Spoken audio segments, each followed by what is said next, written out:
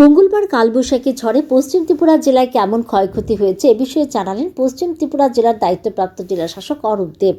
তিনি এদিন জানান, এই জেলায় ঝড়ে কোনো মানুষ কিংবা গৃহপালিত প্রাণীর মৃত্যুর কোনো খবর নেই। তবে ঘরবাড়ি ক্ষয়ক্ষতির খবর এই জেলার 3টি মহকুমা মোহনপুর সদর এবং জিরানিয়া থেকে সামনে এসেছে। তিনি জানান, এদিন দুপুর পর্যন্ত যে খবর, এতে সদর মহকুমায় আংশিক ক্ষতি হয়েছে 153টি ঘরের, মোহনপুরে 34টি ঘরের এবং জিরানিয়াতে 18টি ঘরের আংশিক ক্ষতি হয়।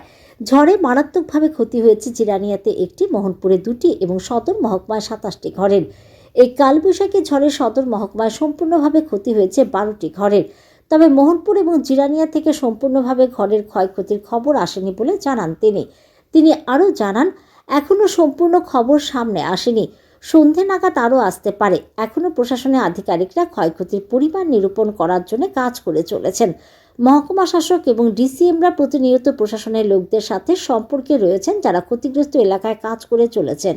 যা হাউস ড্যামেজ হয়েছে তা মেইনলি পার্টলি ড্যামেজ হয়েছে। যেমন সদর সাব ডিভিশনে আমরা পেয়েছি 153 হাউসেস পার্টলি ড্যামেজ, এবং মোহনপুর সাব ডিভিশনে আমরা দেখেছি সেখানে 34 হাউসেস পার্টলি ড্যামেজ হয়েছে, এবং জিরানিয়াতে 18টা ঘর পার্টলি ড্যামেজ হয়েছে।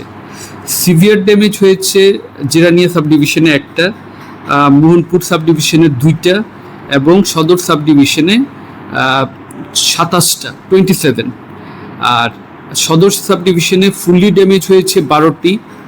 আমাদের মোহনপুর এবং জিরানিয়াতে এখন অবধি এরকম কিছু ফুললি ড্যামেজের খবর আসেনি, সন্ধ্যা নাগাদ হয়তো আসবে।